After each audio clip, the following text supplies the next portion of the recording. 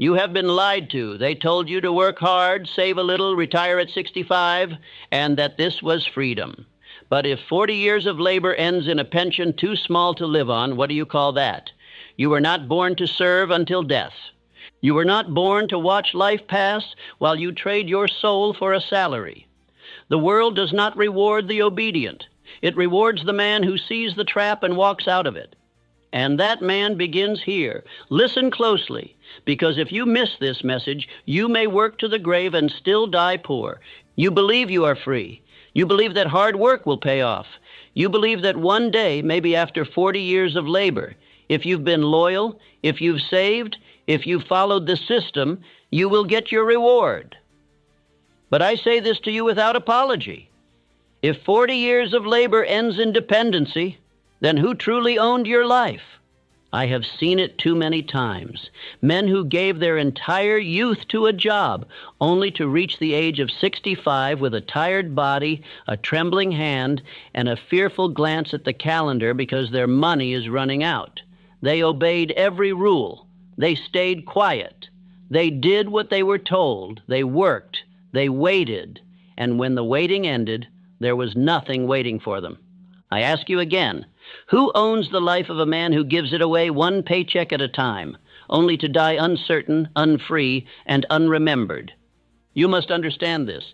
Slavery has changed its costume, but it has never left. The chains are no longer metal. They are made of routine, of debt, of low expectation, of unexamined beliefs. You were told that the system works if you follow it. But what you were not told is that the system was never designed to make you rich. It was designed to make you useful to someone else's wealth. I will not soften my words. I am not here to encourage you. I am here to awaken you, because until you see the truth of your condition, you will never walk free. You will smile politely while you waste your years and call it responsibility. You will praise the men who enslave you and call it employment. You will wait for a retirement that barely covers your rent and call it security. This is not a tragedy. This is a choice. And that means it can be unchosen if you are bold enough to face it now. In this speech, I will give you the laws that the wealthy learned while others were asleep. I will tell you exactly how Carnegie, Rockefeller, Schwab, Ford, and Lincoln rose from nothing, not by chance, not by favor, but by alignment with truth and obedience to law. You will learn why work alone will never make you free, why retirement is the reward of the obedient, not the free, how schools are designed to shape employees, not owners, why your job is not a plan, it is a placeholder, how the rich obey invisible spiritual laws that poor men ignore, how your daily habits form the prison you call life, why waiting is the enemy and movement is the cure, and how the man who refuses to serve eventually becomes the one who commands. You will answer these questions. What is my life really producing? Have I mistaken obedience for purpose? Why have I delayed the building of wealth? What must I stop doing immediately? What must I repeat every day until my freedom is real? If you are honest, truly honest, you will realize that you are not free. Not yet. But if you stay with me, if you listen to every word, if you repeat what I teach and apply it with precision, you will no longer work until death. You will build a life that works for you. And let me say this plainly, the chains are in your habits. The key is in your mind. And this is your last warning before time makes the decision for you. Affirm this aloud now. I refuse to work my life away and die poor. I was born to own, not to obey. Let us move forward now into part 1. Work alone will never make you free. You have been taught to believe in labor. You have been told that hard work is the answer. That if you simply clock in, stay late, serve well, keep your head down, you will one day rise. But the truth is this. Work alone will never make you free.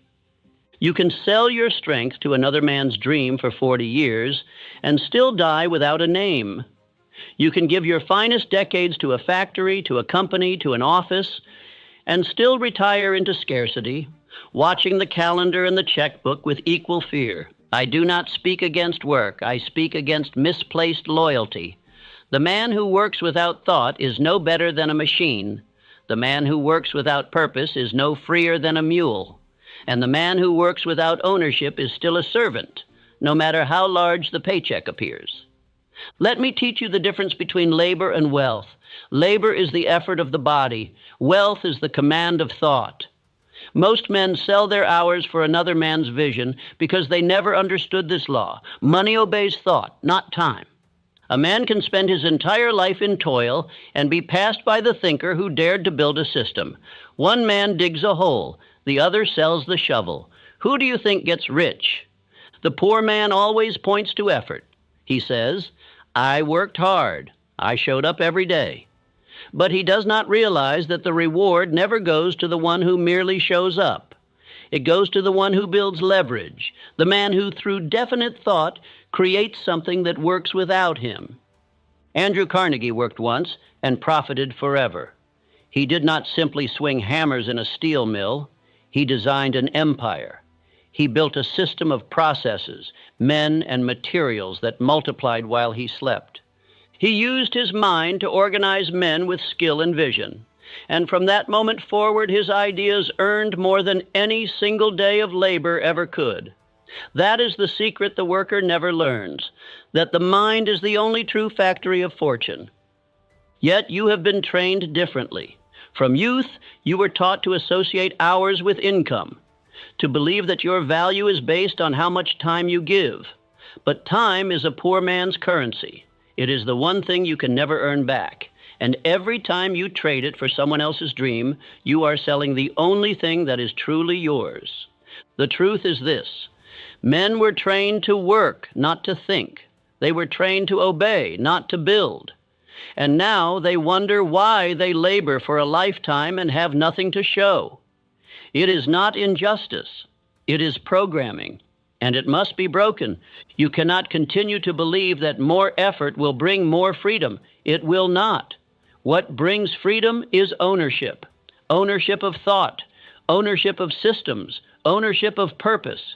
Until you stop working blindly and start working with definiteness, you will always trade your life for crumbs. Listen to me. A man who never escapes hourly labor dies a servant. It matters not whether you wear a suit or swing a hammer. If you trade your time for pay with no greater plan, you are merely a more expensive slave. But there is a way out. There is a new law to obey, a new identity to form, and it begins here. Affirm now, speak with power. I do not sell my life for crumbs. My work builds ownership, not dependence. This is the beginning of your liberation, but if you stop here, you will fall back into the same old cell. So let us move forward. Part 2, The Retirement Lie, a Slave's Reward. You were told to wait. Wait until your 60s. Work while you're young. Save a little here. Sacrifice today so you can enjoy tomorrow. And when tomorrow comes, you're tired, you're broke, and your freedom is nothing but a memory you never lived. Retirement is the lie they gave slaves so they wouldn't revolt. The truth they never told you is this: you are not saving for freedom, you are saving to delay collapse. The whole structure was built on the assumption that you would obey long enough to become too weak to question it. They gave you just enough security to keep you from running, just enough hope to keep you from asking, and just enough fear to keep you working. I say this without apology. The man who waits until 65 to begin living was never alive to begin with. You think retirement is a reward? It is a leash. They call it a pension. I call it permission to survive. You were never supposed to reach your final years with dread in your chest and a calculator in your hand. That is not freedom. That is a sentence. And the only crime you committed was trusting a system that was never built to set you free. Let me show you how wealth works. Not the fantasy, but the formula. True wealth is not saved. It is not rationed. It is not handed out at the end like a prize for obedience. True wealth is built through value. It is the byproduct of thought, decision, and the courage to step off the assembly line. Look at Henry Ford. He didn't save his way into millions. He didn't work for someone else until he was 65. He created something that multiplied without him. He built systems. He saw opportunity where others only saw jobs. And because of that, his wealth worked while he slept. That is the difference between the man who builds and the man who waits. The builder lives now. The waiter dies hoping. You were taught that delayed gratification is the key to success, but the truth is that delayed vision is death. If your entire life is built around a reward that only comes when you're too tired to enjoy it, you were deceived. You want to know the truth about retirement? Here's the truth. Most men never make it there. They die before they ever escape the wheel. And the few who do arrive with a body that's weak, a wallet that's light, and a soul that's forgotten what it meant to move with purpose. It doesn't have to be this way, but only if you're willing to break the lie today. Affirm with power. I do not wait for freedom. I build it now. I reject the retirement trap. My wealth begins today. The system rewards the silent. Part 3. Schools create obedient workers, not rich men. You were trained, not educated, conditioned, not liberated. From the first day you stepped into a school, they were not preparing you to own your life. They were preparing you to serve someone else's. The school system does not produce creators, it produces cogs. Think carefully. What did they teach you? Sit down, be quiet, memorize, repeat, obey, raise your hand for permission to speak, wait your turn, learn the rules, follow instructions, stay in line. Now ask yourself, how many of those lessons do you see in the life of the rich? None. Because no man ever became free by obeying everyone else's commands. The men who rose, Carnegie, Edison, Ford, they broke the line. They rejected the path laid before them. They thought, they imagined, they questioned, they moved with belief, not compliance. Let me tell you about Thomas Edison. He was thrown out of school. The teachers said he was unteachable, deficient. They told his mother he would never learn.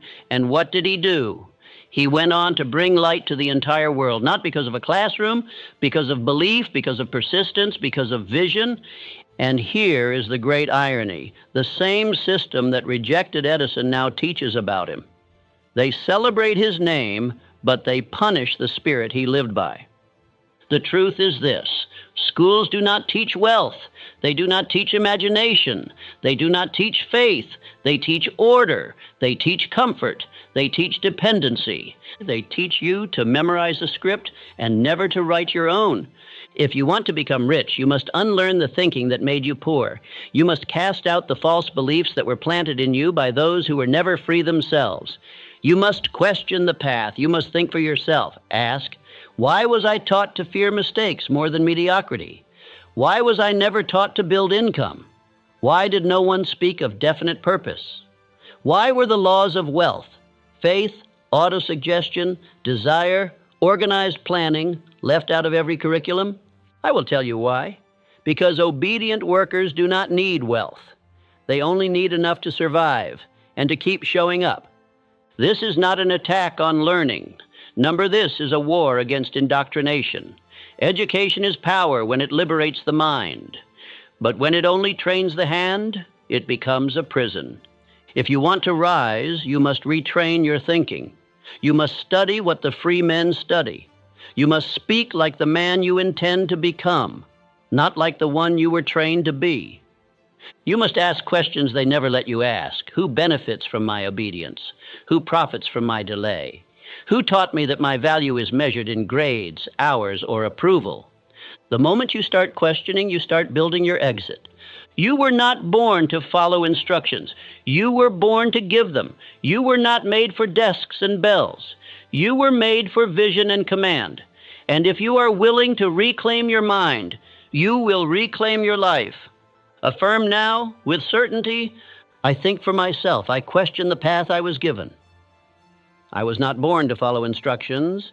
I was born to give them. Part 4. A job is a temporary solution, not a permanent strategy. Let us be honest now, brutally honest. A job is not freedom. A job is not wealth. A job is not a plan. A job is a placeholder for the man who has not yet taken command of his own life. You are taught to believe that a job is security, but I tell you, it is only a cage with polite walls. The world taught you to find employment, not purpose. It taught you to search for paychecks, not plans. It taught you to settle for survival instead of building a life that commands respect and earns abundance. Understand this truth. A job may solve your immediate need, but it cannot fulfill your ultimate calling. If you do not have a definite chief aim, a job becomes a coffin. It is the slow decay of potential masked as duty. You wake up, you punch in, you work all day, you punch out, and repeat. And somewhere along the way, you forget that you were meant for more. Do I say abandon your job? Number. But I say this: use your job the way free men use tools, not as a master, as a means, as leverage, as the funding for your freedom, not the replacement of it. Let me tell you about Edwin C. Barnes. He did not despise work. He worked as a clerk, but he had one vision burned into his soul: to become business partners with Thomas Edison. He worked with purpose, not just for a wage. He used the job to get into the room. And once in the room, he proved himself and left the job behind forever. This is how wealth is built, not through years of repetition, but through intention, definiteness, and strategy. The tragedy of modern man is not that he works hard, it is that he works hard without direction, without purpose, without ownership. And so he becomes a slave, not because of chains, but because of habit. Hear me now. A job is only noble when it funds your freedom. If you are still working to stay alive, you are not yet free. If you are still hoping for a raise instead of building income streams, you are not yet free. If your days are consumed with tasks that build someone else's dream and leave yours dormant, you are not yet free. But you can be. The door is open, but you must stop kneeling before the illusion of security and start standing for the reality of ownership. Do not live your entire life renting your time. Own your days. Command your income. Use your job. Don't let it use you. Say it with conviction. My job is not my identity. It is my tool. I use my job to build freedom. Part 5. The rich man's laws are spiritual first. Let the world keep chasing money. Let them scramble for crumbs. Let them trade hours for coins and sell their birthright for wages. You, I am speaking directly to you, you must understand what they do not. The laws that create wealth are spiritual before they are material. You cannot rise until you rise in mind. You cannot earn until you believe you are worthy. You cannot command until you obey the laws that govern riches. Not the laws written by men, but the ones written into the very structure of the universe. There is a divine law behind every fortune. And if you break that law, the money will break you. You have been told money comes from effort. I tell you plainly, money comes from alignment. You must align your thought with your belief with your words with your action, and your action with your plan. This is law. This is order. This is power. Look at the lives of the wealthy, not the ones born into it, but those who built it. Rockefeller tithed not out of superstition, but out of principle. He honored divine law. He believed money was a stewardship. He structured his empire not just on business, but on internal discipline. Andrew Carnegie surrounded himself with minds greater than his own, not because he was weak, but because he obeyed the Mastermind principle. He believed that riches were attracted to unity, to definiteness, to mental harmony. Edison repeated the vision of electric light to himself long before the world believed in it. He walked with certainty while others mocked. He obeyed the invisible law of belief, faith applied to a definite aim. Do you understand now? It is not business alone that creates wealth. It is belief. It is spiritual alignment. Faith is not religion. It is power. It is seeing the invisible as though it were visible. It is holding your vision with such intensity that the world must obey. And what of autosuggestion? The world calls it foolish repetition. The rich call it mental programming. They know the subconscious mind must be told what to do. And what you say to yourself with emotion becomes instruction. And the subconscious executes what it is told. If you wake each day and speak defeat, delay, weakness, you have issued orders for poverty. If you wake and declare belief, wealth, clarity, you have issued orders for victory. And planning, do you think riches obey the man who moves without a map? Never. Wealth is a general. It responds to organized offense. Write your aim, write your steps, review them daily, adjust, attack again.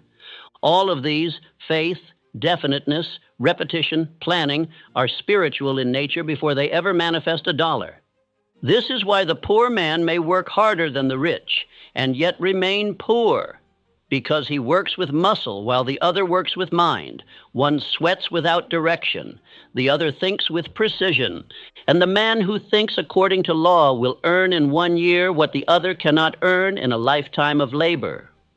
You must master these laws. The law of definite chief aim, the law of faith through auto-suggestion, the law of planning organized by purpose, the law of the mastermind, the law of cosmic habit force, which rewards only rhythm, not randomness. These are not opinions, these are eternal laws. Break them and life will break you. Obey them and the world will yield. You must live by inner command. You must rise before the world rises. You must speak your aim aloud. You must write your instructions to self. You must review your plan and build rhythm into every hour. This is not spiritual fluff. This is the foundation of every empire. Riches are not the reward of effort. They are the reward of obedience to law. Part 6. The habit system that creates financial slavery. If you would understand slavery, you must stop looking at chains and start looking at habits. For no man wears shackles on his wrists anymore. He wears them in his routines. Slavery in this age is not enforced by force. It is enforced by familiarity, by repetition, by rhythm gone wrong. You rise, you eat, you labor, you rest, and you call it life. But I ask you, is it your life? Or is it the life designed for you by other men who profit from your blindness? The modern slave is not bound by a master. He is bound by a cycle. And that cycle, unless interrupted, will carry him to the grave with nothing to show but obedience and exhaustion. The chains are in your habits. What time do you wake? What thought enters your mind before the world speaks? Do you begin your day with instruction to self, or do you check a machine and follow the world's instruction? When your body rises but your purpose sleeps, you are already a servant. Let us speak plainly. You cannot live like a common man and expect uncommon results. You cannot drift into fortune. You cannot wander into mastery. You must command it, and command requires rhythm, but it must be the right rhythm. The poor man wakes late, eats thoughtlessly, consumes without producing, reacts without thinking, and repeats the same confused day, year after year. This is the habit system that leads to financial slavery. It does not feel oppressive. That is why it is so dangerous. It feels normal, but it is normal only because it is widespread. And slavery that is widespread is still slavery. The difference is that now the slaves are quiet. They sing no sorrow songs. They just keep working and hoping and waiting for a reward that never comes. Now compare this with the habits of the wealthy, not those who inherited, but those who built. Andrew Carnegie rose early. He did not wait for orders. He issued them. He planned his day the night before. He spoke aloud his aims. He wrote letters of intention. He reviewed his progress daily. And he demanded the same from every man around him.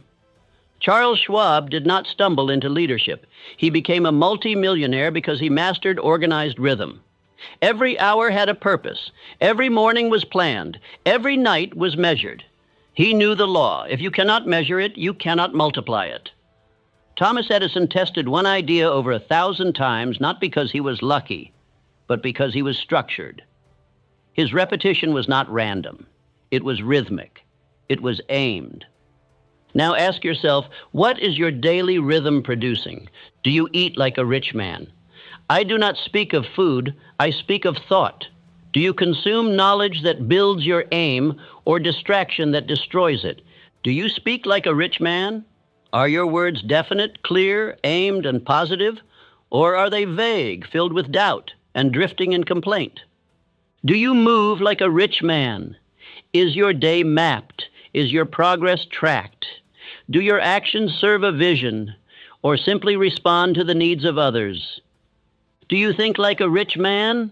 Have you formed the habit of directed thought, or do you merely react to the noise around you? You must audit your habits, because your habits are your destiny. Let me give you the model of wealth-building rhythm. This is what I teach all who seek to rise above the slavery of the world. Morning command. Rise before the world speaks. Speak your definite chief. Aim aloud. Read your plan for the day. Repeat your wealth affirmations with emotion. Midday. Alignment. Review progress against plan. Speak aloud. I am still on target. My aim is fixed. My pace is strong. Correct drift with immediate focused action. Evening review. Measure what was completed. Journal new lessons. Repeat your aim aloud before sleep. Visualize success as already yours. Repeat daily, without fail, without excuse.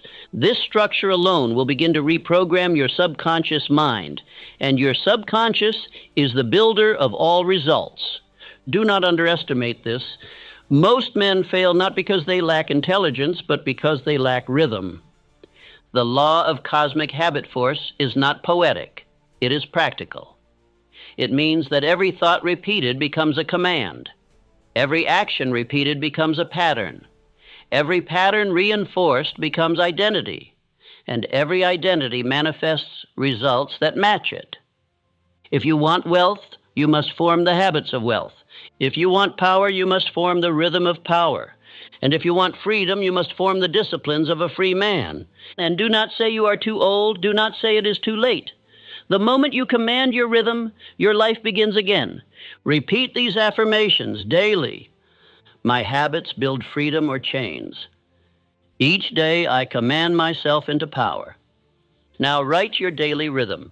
Practice it tomorrow, and the next, and the next. Do not skip. Do not drift. Do not delay. You are either forming the habits of freedom, or you are wearing the chains of slavery. Part 7. If you wait, you will serve those who did not. There is a law few men are willing to confront, a law more sobering than failure and more costly than ignorance. He who waits serves the man who does not. The world has never rewarded hesitation. It has never crowned the cautious. It has never surrendered its riches to the man who delayed.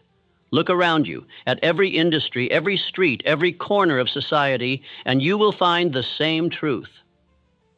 The men who rule are not the ones who waited for permission. They are the ones who moved when others paused, decided when others doubted, and acted when others were still seeking clarity. Wealth does not come to the brilliant.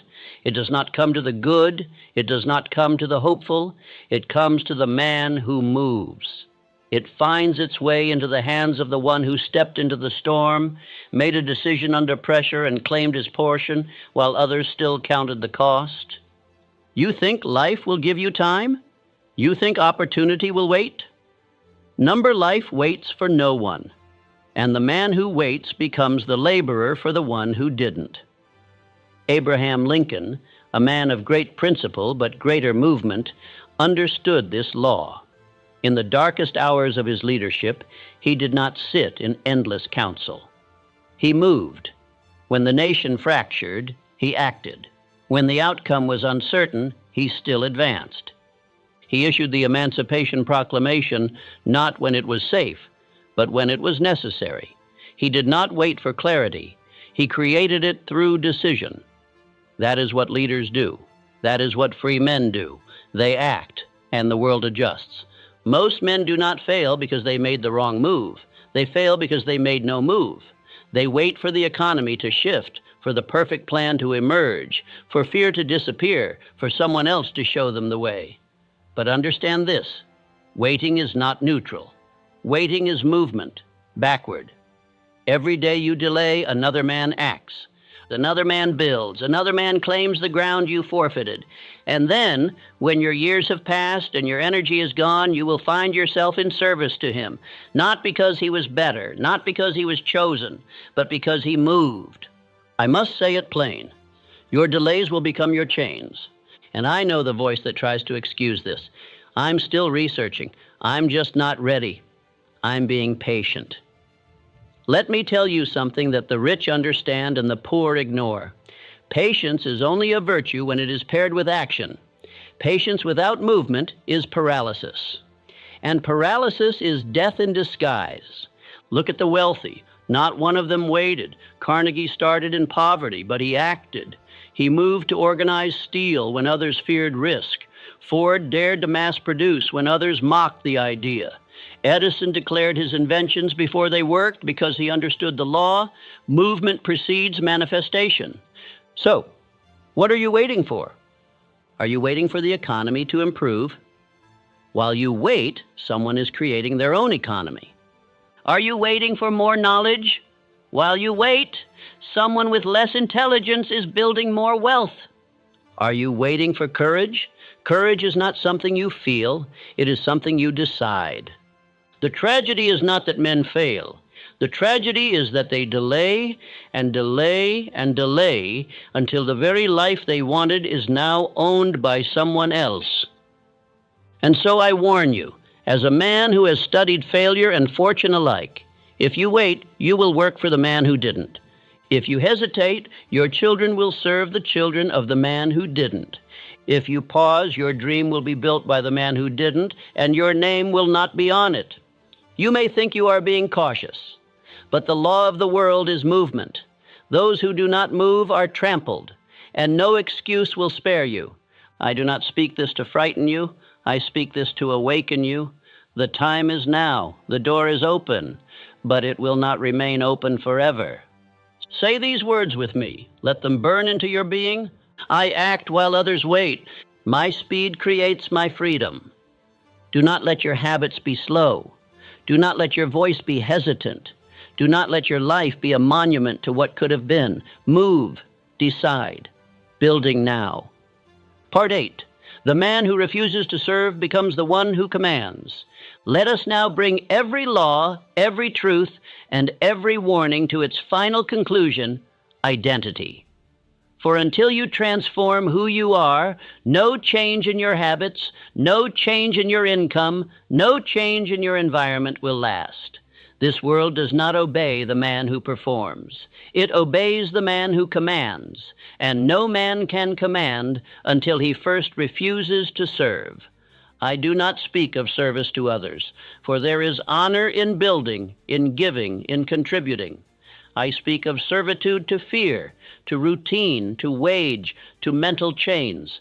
The man who wakes each morning only to serve the vision of another, who never writes his own aim, who waits for orders, who drowns in tasks without purpose.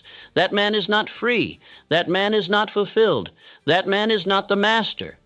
And I tell you with the force of law, that man can be transformed. He must. Or else he will become what this system designed him to be, a worker until death, a consumer until empty, a servant until forgotten. The turning point, the line between labor and leadership is this: self-command. Not emotion, not wish, not even effort, command. And that command begins with the mind. A man who masters himself no longer obeys the world. The world obeys him. The market shifts to make room for his value. The people adjust to match his belief. The money moves toward his aim because he moves toward it without hesitation. Let me speak to you plainly now. You can die as a laborer or rise as a leader. The difference is not money, it is thought, discipline, and decision. You were not born to merely work. You were born to build. You were not born to be instructed. You were born to direct. You were not born to comply. You were born to create. And if you are still breathing, still hearing these words, it means it is not too late. But understand, this is the final gate. You must cross it, or forever live beneath it. What must you do? First, write your definite chief aim. Not tomorrow. Now decide who you are, what you demand from life, how you will serve others through your purpose, and make it clear, bold, and written. Second, build daily command. Do not trust motivation, trust repetition. Every morning, read your aim aloud. Every night, speak your belief in your wealth, your power, your identity. Shape your subconscious into the man who commands by daily shaping your words. Third, build income streams. A man who depends on one stream is still serving. Build systems. Create value. Use your mind, not just your time. Let your labor fund your freedom. But do not stop at labor. Build ownership. And if you ever doubt that this path works, let me remind you, I walked it. I was the son of a poor miner in the hills of Virginia. I had no inheritance, no connections, no safety. But I had a voice. I had a mind. And I had a decision that I would no longer serve the fear of poverty, that I would no longer serve ignorance, that I would no longer serve the chains passed down by weak men. I studied the minds of the rich, not the surface of their wealth, but the spiritual roots. I studied Carnegie, Ford, Rockefeller, Edison, and I found that every one of them obeyed laws that most men never learn. They mastered themselves, they decided, they acted, they repeated, and they became impossible to ignore. And by mastering thought, I became more than what the world expected of me. I advised millionaires. I built a legacy. I passed down a system, not of tips, but of transformation. And so can you, but it begins now. And it begins with your refusal. Refuse to live as if you are powerless. Refuse to wake up with no aim. Refuse to sell your time for crumbs. Refuse to think small, move slow, act weak. Refuse to die without building something the world cannot erase. You are not here to serve fear. You are not here to obey mediocrity. You are here to command. Let these final affirmations become your oath. I will not be a slave to any man. I was born to command wealth, not to work until death. And now, walk, speak, building live, not as the man the world tried to make of you, but as the man you were always meant to become. This is your beginning. This is your freedom. This is your new law.